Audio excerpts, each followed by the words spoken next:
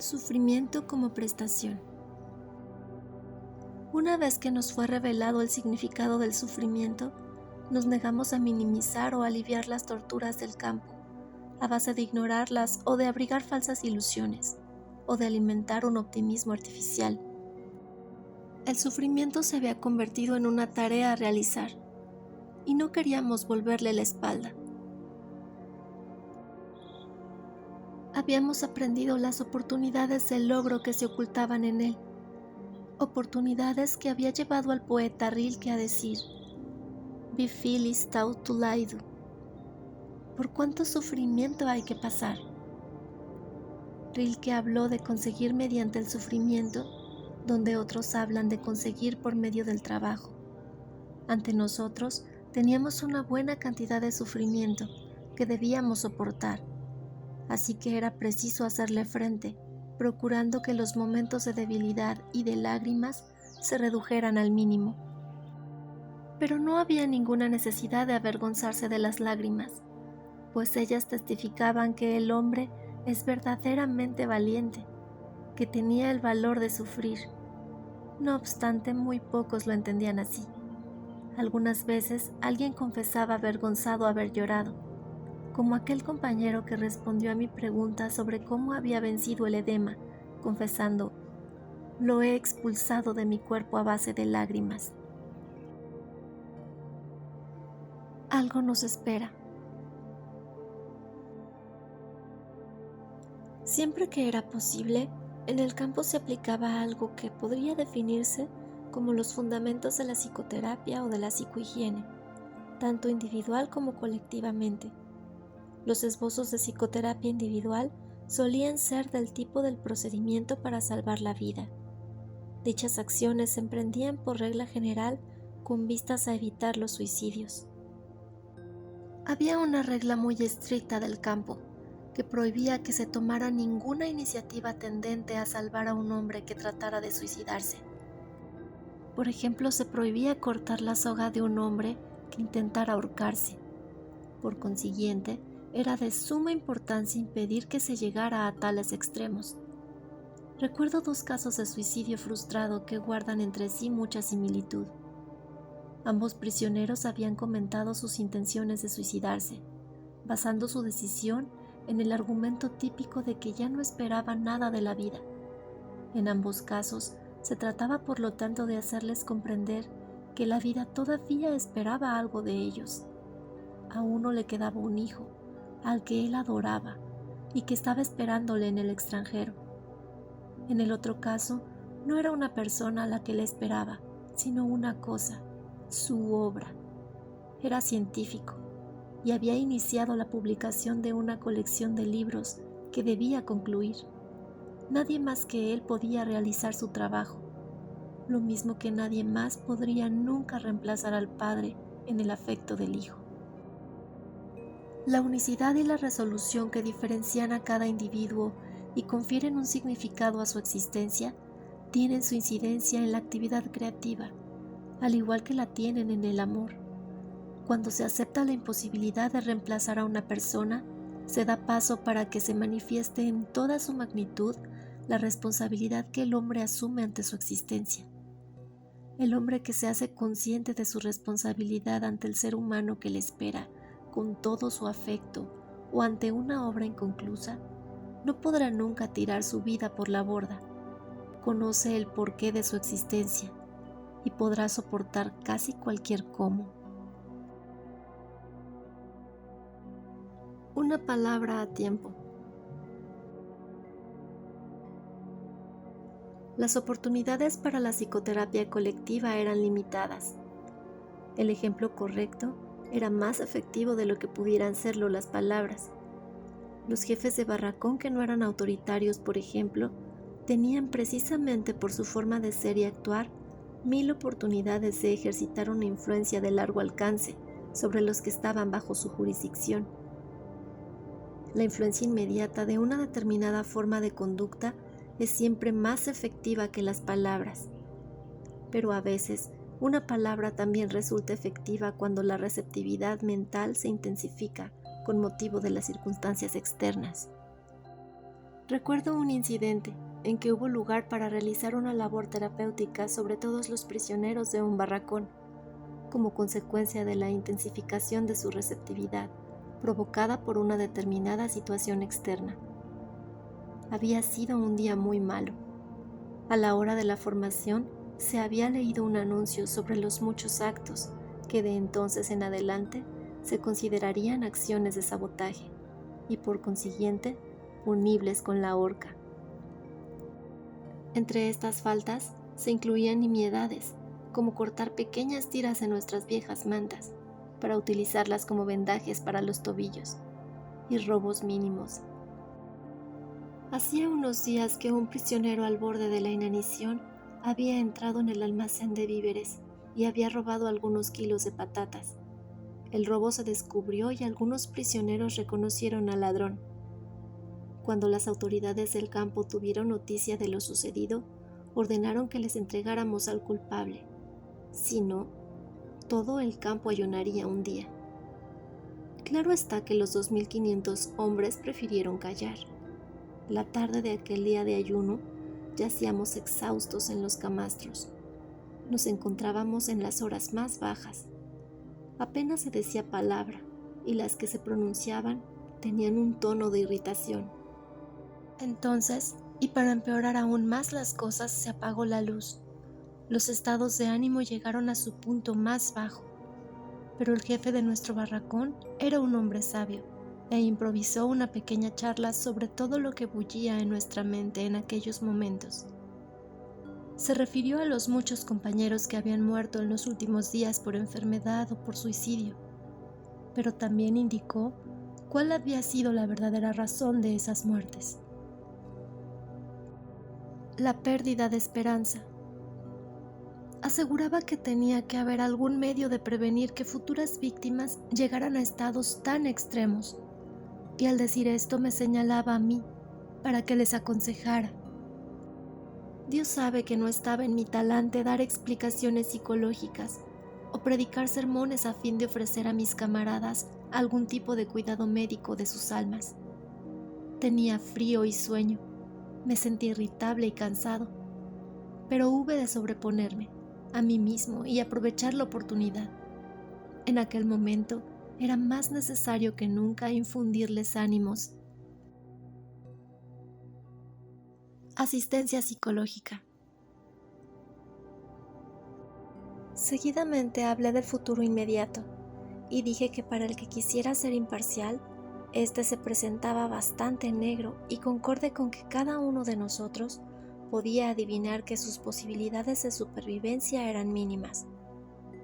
Aun cuando ya no había epidemia de tifus, yo estimaba que mis propias oportunidades estaban en razón de 1 a 20. Pero también les dije que a pesar de ello, no tenía intención de perder la esperanza y tirarlo todo por la borda, pues nadie sabía lo que el futuro podía depararle, y todavía menos la hora siguiente. Y aun cuando no cabía esperar ningún acontecimiento militar importante en los días sucesivos, ¿quién es mejor que nosotros, con nuestra larga experiencia en los campos, para saber que a veces se ofrecían de repente grandes oportunidades, cuando menos a nivel individual? Por ejemplo, cabía la posibilidad de que inesperadamente uno fuera destinado a un grupo especial, que gozara de condiciones laborales particularmente favorables, ya que este tipo de cosas constituían la suerte del prisionero.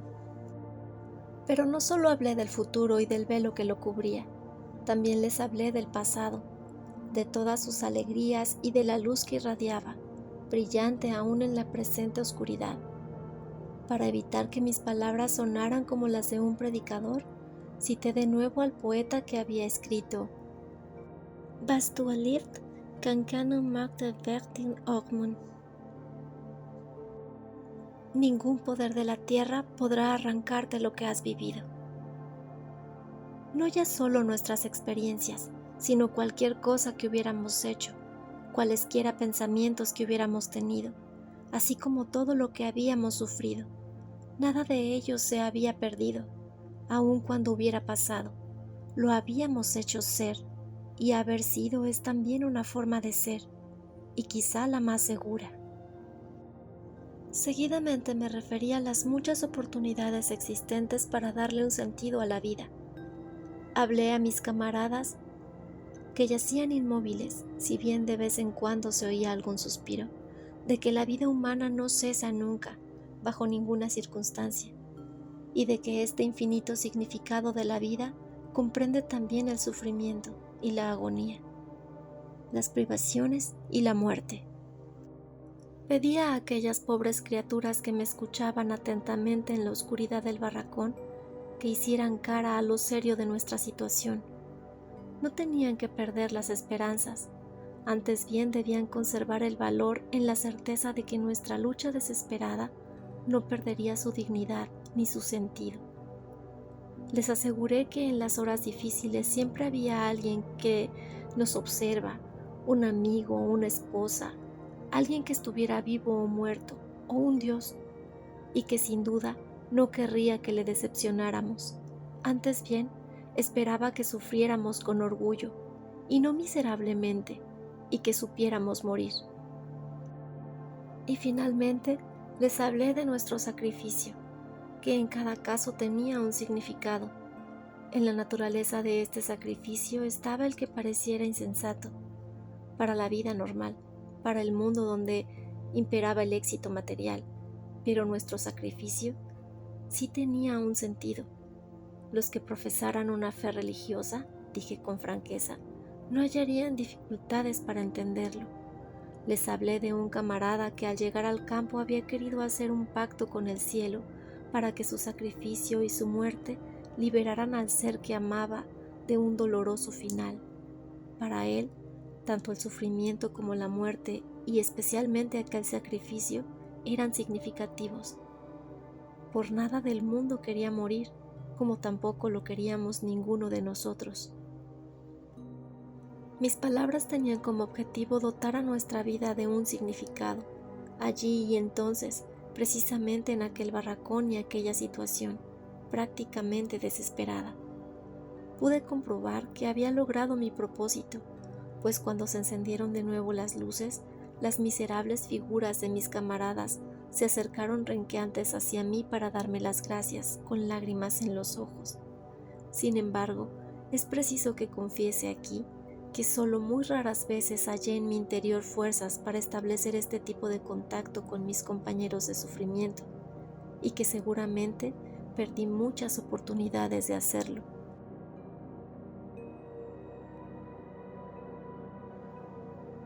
Psicología de los guardias del campamento.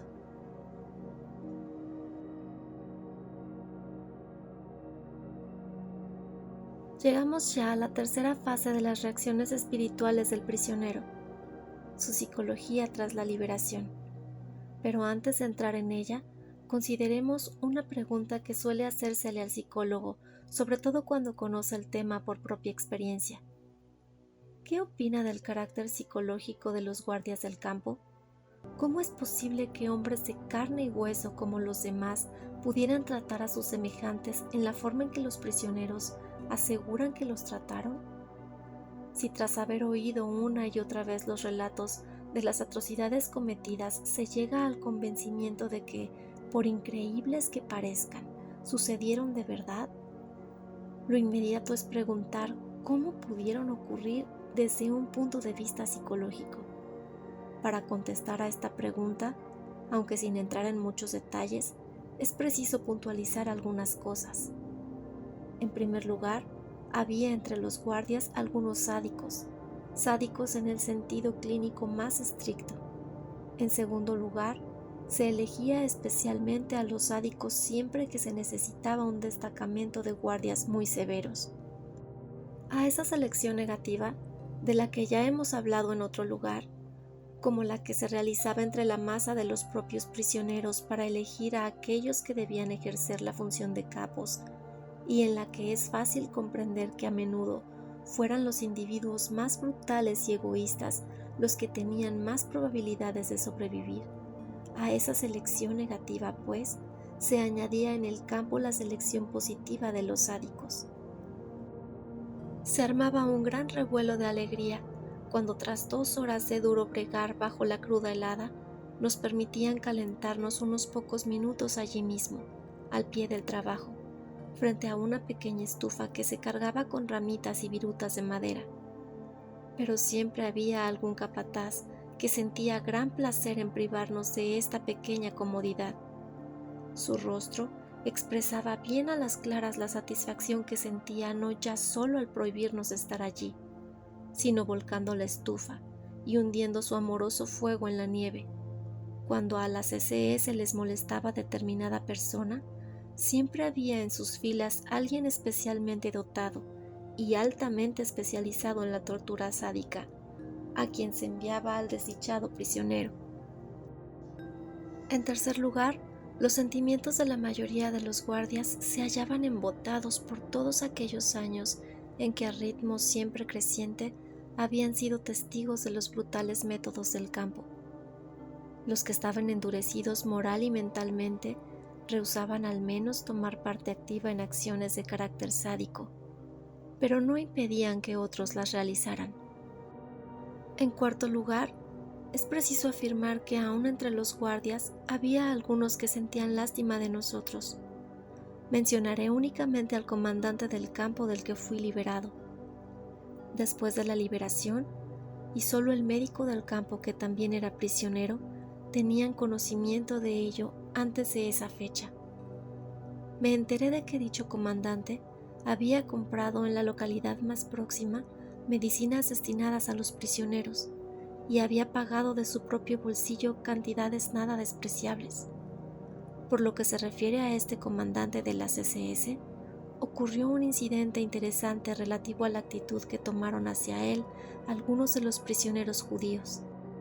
Al acabar la guerra y ser liberados por las tropas norteamericanas, 3 jóvenes judíos húngaros escondieron al comandante en los bosques bávaros. A continuación, se presentaron ante el comandante de las fuerzas americanas, quien estaba ansioso por capturar a aquel oficial de las SS, para decirle que le revelarían dónde se encontraba únicamente bajo determinadas condiciones. El comandante norteamericano tenía que prometer que no se haría ningún daño a aquel hombre. Tras pensarlo un rato, el comandante prometió a los jóvenes judíos que cuando capturara al prisionero se ocuparía de que no le causaran la más mínima lesión, y no solo cumplió su promesa, sino que como prueba de ello, el antiguo comandante del campo de concentración fue de algún modo repuesto en su cargo, encargándose de supervisar la recogida de ropas entre las aldeas bávaras más próximas y de distribuirlas entre nosotros. El prisionero más antiguo del campo era sin embargo mucho peor que todos los guardias de las SS juntos. Golpeaba a los demás prisioneros a la más mínima falta, mientras que el comandante alemán, hasta donde yo sé, no levantó nunca la mano contra ninguno de nosotros. Es evidente que el mero hecho de saber que un hombre fue guardia del campo o prisionero nada nos dice. La bondad humana se encuentra en todos los grupos, incluso en aquellos que en términos generales merecen que se les condene. Los límites entre estos grupos se superponen muchas veces, y no debemos inclinarnos a simplificar las cosas asegurando que unos hombres eran unos ángeles y otros unos demonios. Lo cierto es que tratándose de un capataz, el hecho de ser amable con los prisioneros a pesar de todas las perniciosas influencias del campo es un gran logro, mientras que la vileza del prisionero que maltrata a sus propios compañeros merece condenación y desprecio en grado sumo. Obviamente los prisioneros veían en estos hombres una falta de carácter que les desconcertaba especialmente, mientras que se sentían profundamente conmovidos por la más mínima muestra de bondad recibida de alguno de los guardias. Recuerdo que un día un capataz me dio en secreto un trozo de pan que debió haber guardado de su propia ración del desayuno, pero me dio algo más, un algo humano que hizo que se me saltaran las lágrimas, la palabra y la mirada con que aquel hombre acompañó el regalo. De todo lo expuesto, debemos sacar la consecuencia de que hay 2 razas de hombres en el mundo, y nada más que 2, la raza de los hombres decentes y la raza de los indecentes. Ambas se encuentran en todas partes y en todas las capas sociales. Ningún grupo se compone de hombres decentes o de hombres indecentes, así sin más ni más. En este sentido, ningún grupo es de pura raza, y por ello, a veces se podía encontrar entre los guardias a alguna persona decente. La vida en un campo de concentración abría de par en par el alma humana y sacaba a la luz sus abismos. Puede sorprender que en estas profundidades encontremos una vez más únicamente cualidades humanas que en su naturaleza más íntima eran una mezcla del bien y del mal. La escisión que separa el bien del mal, que atraviesa imaginariamente a todo ser humano, alcanza a las profundidades más hondas y se hizo manifiesta en el fondo del abismo que se abrió en los campos de concentración. Nosotros hemos tenido la oportunidad de conocer al hombre quizá mejor que ninguna otra generación. ¿Qué es en realidad el hombre? Es el ser que siempre decide lo que es. Es el ser que ha inventado las cámaras de gas, pero asimismo es el ser que ha entrado en ellas con paso firme, musitando una oración.